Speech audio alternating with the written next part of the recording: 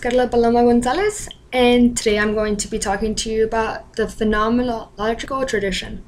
The reason why I chose this was because I feel like it was actually really close to my heart, and there has been so many situations where I've had to, use this type of communication in order to, achieve certain relationships with people, and I feel like it's one of the traditions I can relate to most, honestly, because the whole idea of the phenomenological tradition is about how sometimes people don't understand who you are or where you're from because no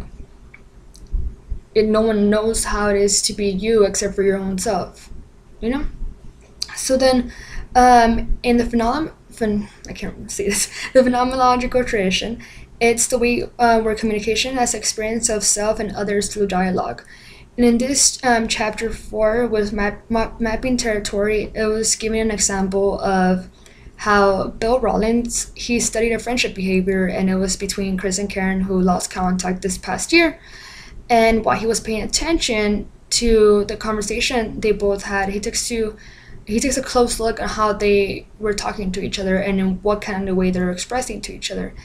And I feel that with this type of communication, you can fix so many things. In my personal experience, it's really hard for me to keep the same close friendships and relationships with two of my best friends, because both of them, they're back home and I'm over here, and they have their own family. So if it was just a typical friendship where they're back home, it'll be perfectly fine. But since now they have a family and they have kids, it's so much harder to you have so many differences now. Now I can tell them, hey, would you like to go out? Let's go have lunch or something, and they'll say like, hey, I can't because I have to take care of this and this, and my husband. And I mean, after that, after you insist so much and there's always excuses coming in, you just slowly drift off from that person. And it's not, how do I say this, it's not really on purpose. It's just kind of the way it is. You just slowly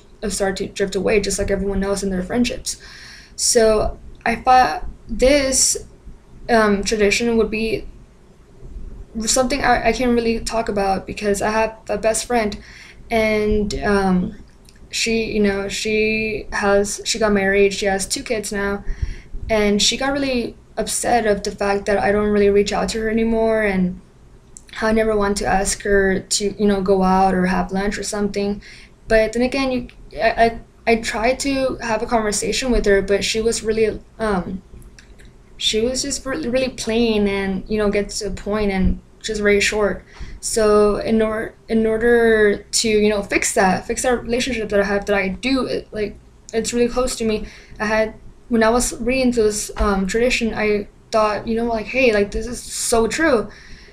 And there's many people who go through that. And then I like how in the passage it talks about how, like, why is it so hard to establish and sustain human relationships? Like, how can we solve this problem? Because if you think about it, not only I go through this, but it can be through anything. It can be through work relationships, a relationship from like the person you're with, your family.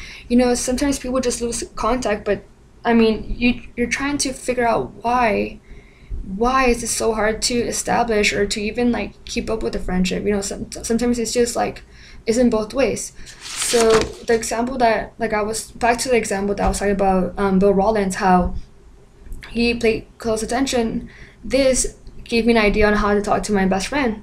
So because of this, honestly, because of this chapter that I read in this class, I actually have my best friend back now. If it wasn't for this, I would not know how to approach it, because it's really hard to understand the whole concept of it and how relationships, they work, because it's hard to, you can't really know how the other person is feeling, and they are not aware of how you're feeling unless there's some kind of communication and some kind of approach that will help that. And one of the things that I did, or like the key points that I did, I mean, I spoke to her and I told her how I felt and if there's a solution to it. And it actually just happened, just how, like, the example of Chris and Karen, and like she threw something saying in there that, oh, I've been good since last winter. And I'm just like, I'm sorry, like, how am I supposed to react to that?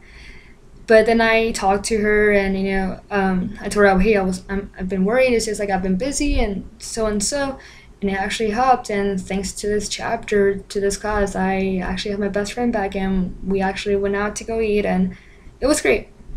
I find it really funny that because of this, it was actually a really good resource in order to get my friendship back. I never would have expected that, and I think this phenomenological tradition should be used in any kind of work, any kind of place. It can be workplace, it can be family, relationships, any kind of place. Just like how I stated earlier, and yeah, I'm so far loving all of these chapters, and it's really good to know that we can apply any of these traditions to our lives. Not only the phenomenological tradition, but I mean, there's also the critical, there's also the social cultural tradition, there's also the semiotic tradition. There's different types of traditions that you can relate yourself to, and for me, I relate to phenomenological tradition.